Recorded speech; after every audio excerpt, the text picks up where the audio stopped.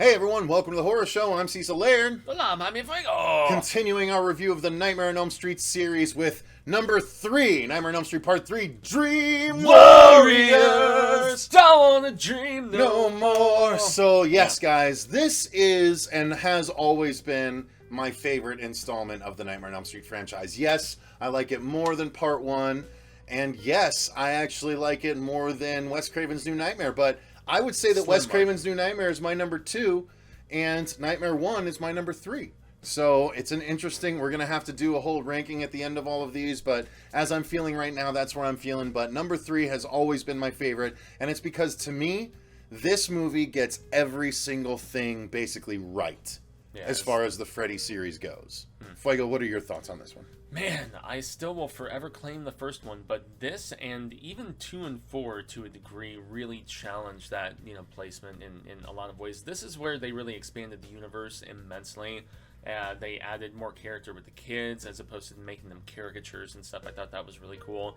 And I don't know, the script co-written by Chuck Russell, I want to say, and Frank Darabont, who went on to do the Blob remake about a year and a half after this. It's what a 1-2 punch that those guys did, co-writing the script to this with Wes Craven, him returning to the series, Mesa Langenkamp returning to the series here, and yet it's supposed to be John Saxon returning to the series. Yes, for a couple scenes as well, and it's just funny because she's supposed to be 5 or 6 years older at this particular point, and it's only been about 18 months, and so she still looks really young, and her romance with the older guy looks a little strange in that regard when she was only like 21 when she was filming this, and he's like late 30s, early 40s. But hey, it's pretty. They added the streak, so it made her look older. They did, yeah. So I don't know, seeing her return to the franchise, Wes's return in a creative fashion in the story, actually working on it with those younger guys who are trying to crawl their way upward. It's an amazing film. It's easily within the top 3, but yes, I don't know if I could ever say it's my favorite. Fair enough. No. So the story of this one is, of course, we follow Kristen, who is having nightmares, and she does some. Well, Freddy basically gets her to try and kill herself using the sink claw. And what's really interesting, what I think was really smart about this storyline, was that this one was Freddy was getting kids he was killing kids in such a way that it made it look like they were killing themselves. Mm-hmm. So he was operating, but it made it look like it was just a really bad rash of suicides, which at the time when Heather's was being done too, teen suicide was a really big thing, so it was trying to tie into that. And there's that song "Teenage Suicide, Don't Do It" or whatever. Yep. And so Kristen is made to believe, or everyone thinks that she tried to kill herself. She's thrown into this mental hospital. It's a great scene in front of the mirror too. Yeah, I absolutely. Really like that bit. Love that one, man. Yeah. And from the very beginning, with the music and her doing the popsicle stick house, and the really Edgar great. Allan Poe quote that they start the film with, where he's like sleep, so on and so forth. I like the Nietzsche quote more in the other movie, but yeah, I do like the quotes they do at the beginning of these. But yeah, so she's now in a mental asylum, and Lawrence Fishburne is the sort of Larry Fishburne, as they call Larry him. Fishburne back at the time. He's the main head nurse. Yeah, he really legitimately is, and you can tell he's a caring, compassionate character with a lot of these kids, and he even gives them some leeway and cuts them some slack when he would not necessarily have to. It's the opposite of the Institute.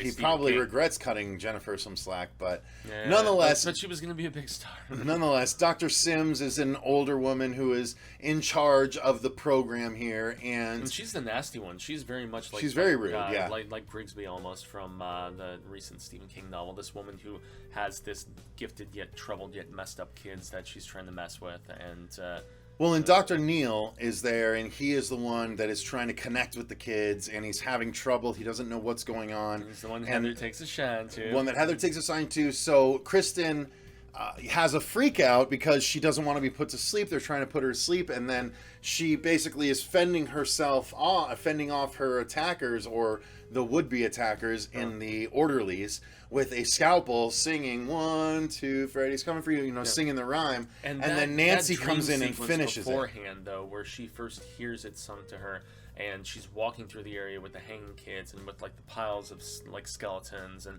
all that other stuff. Well, and when she's running with the little girl, yeah, love that. And then she turns stop, into you're hurting me, and yeah. she looks down, and it's just a skeleton. So the good. girl who was on the tricycle. That scene especially, whereas like 2 felt of a slightly elevated budget, you know, and yet grittier and kind of scarier. 3 feels like almost the Aliens Terminator 2 effect. Agreed. With the original ideas and just the Pumping scope and the scale of everything, like significantly. And we start to get some of the best kills in the entire franchise, quite frankly. Arguably, I mean, my favorite kill in the whole thing is Philip, the puppet boy. It made my girlfriend cringe. She had never watched this film before, and she is just like she was turning away. She was so appalled at just the tendons and just... Well, and it's so cool because it starts with just Freddy hanging as a puppet, and then like one of his puppets morphs into Freddy, and he slices himself off, and he drops to the ground, and they stop motion him over to the bed, and then he grows into regular Freddy, and he's just like whoosh, whoosh, and just like cuts 4 long cuts in the arms and legs, the and stop motion just looks like so cool too. it's so effective, It's and the seamless, tendons too, and in the a lot of grossness. ways, It makes you feel like, oh, that would be the worst. Oh, and you have no control. It oh my legitimately God. might be the most my favorite kill in the series. Orchestrated and just like fancied up. I mean, I don't know. Pizza's good. Cockroach is good. There's a lot of great ones. Wet Dream, obviously, that I love from Part 4. But as far as just unsettling and nasty and prolonged and delayed and not playable at all, like you got in some of the later kills. Kind of playful. He's doing it like a puppet. He is a puppet master. Yeah. But I don't know. It's not. I love it though. There's no laughs associated with it like in some of the other kills. So we lose him, and basically all the kids are telling the adults. And Nancy is finally backing the kids up, saying, "No, this guy is real. Yeah. We need to figure out a way to fight him." And she's converting Dr. Neal, whereas Dr. Sims is just completely closed off to it. So they start to have to do meetings in the secret, you know, and they have this hypnotist way. Under. Right, they make themselves go under, and they kind of are messing around because they're like, oh, well, in your dreams, you have the power. And so they all go through, like, all the powers that they have, and Kristen does, like, a tumble across the floor, and we see that Tara is big and bad, and we see the Wizard Master, you know, like...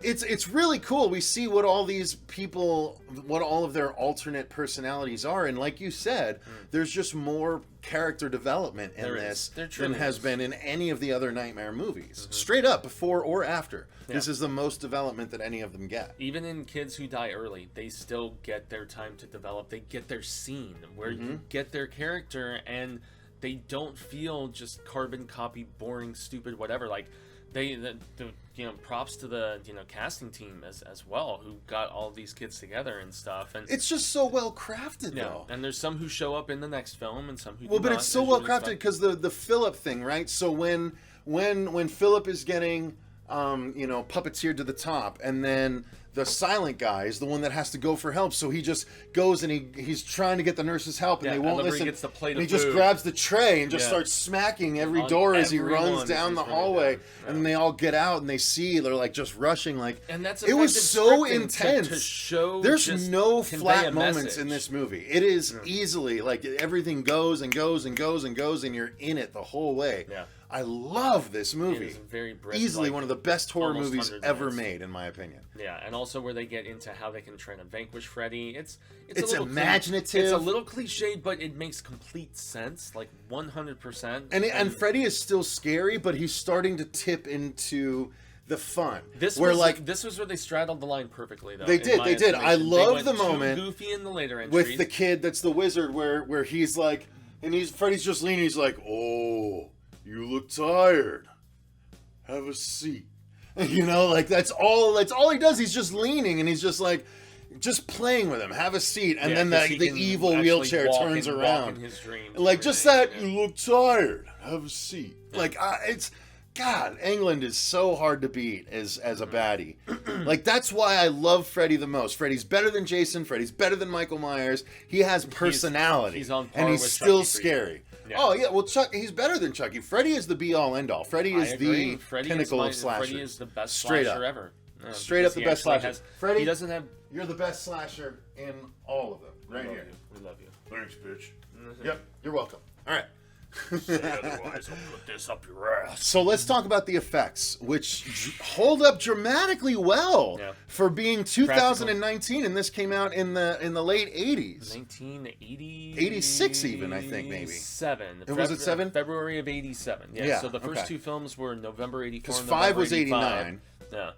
Yeah, the first 5 all came out in the span of just boom, boom, boom, boom, boom, boom. They just put it was 84 through 89 for the first 5. It's crazy. And then they took the 2 years off before Final Friday. 91. Or, excuse me, Fire. And then 94 was New Nightmare. So So anyway, this is what were we talking? Effects. We're talking about effects. Again, this was great because they used mostly practical, but when they used the digital stuff, it was the effective digital. So when the mute guy is suspended over the fire, like that's digital effects, but it looks pretty good because it blends with the practical that they did pretty well. Yeah, and also like in part 2 where he ran through the bushes, like there's running through walls and doors and stuff like that here that looks seamless and very believable. They don't stick out like your typical green screen sometimes does in this day and age. And I do credit that to the fact that when cameras had that more graininess, which you even were talking about for Dylan's New Nightmare, because this is live as of that, you need that look of film, that look of like if it's too 4K extenuated, just awesome frame rate resolution, whatever, it almost looks so good that it looks fake. It looks like you are. It's almost like it kills the escapism aspect of it. You're like, oh, I'm watching something that's been put together by technology, as opposed to really being there and living the nightmare, as you will here. So. But everything holds up tremendously well. The story's phenomenal. Of course, towards the end, it's just Kincaid and Joey and Nancy and Kristen. And unfortunately, Nancy gets tricked because her father dies and he comes down in spirit form. Turns out it's Freddy. Freddy runs her through, but then Kristen dreams her into a beautiful dream, which actually ties into the next comic book review that we're going to be making live next week. Yeah, although Nancy grabs the glove, remember? Nancy grabs his claw after, and she stabs him through too, and that's what gets him loose, so they can start doing the whole thing with the bones and all that. And that's good. The other big thing that we didn't even touch on, one of my favorite Freddy scenes of all time, is Kristen getting eaten by the snake. The Freddy snake that one is gave me phenomenal. nightmares because I Katie, saw it. Katie, how did you like the Freddy snake? Oh my god! Come talk about the Freddy snake real quick. All right, just real quick, as a frame of reference, Katie had never seen this movie before. All right, all I gotta say, the Freddy Snake is literally beyond belief. When you think about the fact that this movie was made in what year? 1986. Okay, I think. the Freddy Snake. 86 released in 87. Yeah. It could compete easily with many of the movies that are utilizing CGI and any of these technologically advanced systems. It could easily compete with many of those systems, and it's just literally the best thing I've seen in any of these horror movies throughout. Once again, very phallic and very gross. And but he's literally consuming her. I was seriously grossed What I loved out. about it, though, is that he gets stabbed in the eye with the glass, right? And then he comes up and he's like, "Ah!" And then he looks and sees Nancy. And he's like, "You." It's the first time he recognizes Nancy since part 1, and it's so awesome. Yeah. Dude, that snake just makes such a huge difference. So. Well, and even the way the room was falling apart as he was going around, and you even mentioned, you were like, wow, that's obviously, really the set design was very elaborate, and I thought to myself, how many takes could they possibly have accommodated? Because of the expense that had to have gone into putting that room together.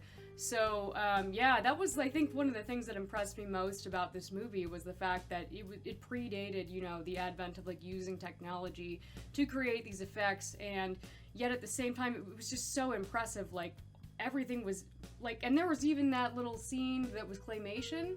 That was so cool, the puppeteer which I thing, loved so much. Yeah, that impressed me most. And you also like the Welcome to Prime Time where the TV, where she gets sucked into the TV. Yeah, and the head came out of the top of it with the little rabbit ears on it. And you have to show her the video where we saw the little girl cosplaying. Is that where they made the TV with the arms and everything? Okay, with all the weird cogs. And they just made the TV translucent in the back, so her head was in the TV, but she could still see where she was walking and stuff. And I will say this about it: everything was extremely elaborate, and I'm sure that a lot of people were employed like for long hours, just tediously working on all the various like aspects of, you know, whether it be like building these walls that had all the stuff built into them that, you know, so that the end result would look the way that it did. And I think ultimately that's the thing that impressed me the most, was just the attention to detail, the meticulously crafted, you know, set design. Yeah, absolutely. Production design in this movie was unparalleled. Scale for 80s horror. Yeah, I've never seen anything like it, to be honest especially going with to you. the graveyard at the end. You can see how people just fall in love with the series from that movie alone, Absolutely. right? Like, Yeah. it's just the peak Does not of the surprise imagination of the series. Yeah, because you did not watch 2 with me, and you probably don't remember the first one very well. Of course not. Yeah. I had to remind her it was Heather. So. Yeah. Well, thank you for stopping by. Oh yes, Appreciate anytime. All right, let's close this one out for you. Indeed. If you guys enjoyed this review, click that like button and subscribe to make sure you don't miss our reviews going forward. We're going to be reviewing all of the movies and all of the Freddy comics over the course of this next 30 to 40 days or so. So thank you guys very much for watching. If you didn't know, we are making a fan film, Dylan's New Nightmare. It's a sequel to Wes Craven's New Nightmare. The crowdfund campaign is live now. The link is in the description box down below. You can get yourself a Blu-ray. You can get yourself a VHS. That's what I want. You can just get yourself a thank you in the credits. Anything is useful. Thank you guys very much. I got to take this call. Until next time, I've been Cecil Laird. Patricia, Jaime, Fuego. And remember, stay scared.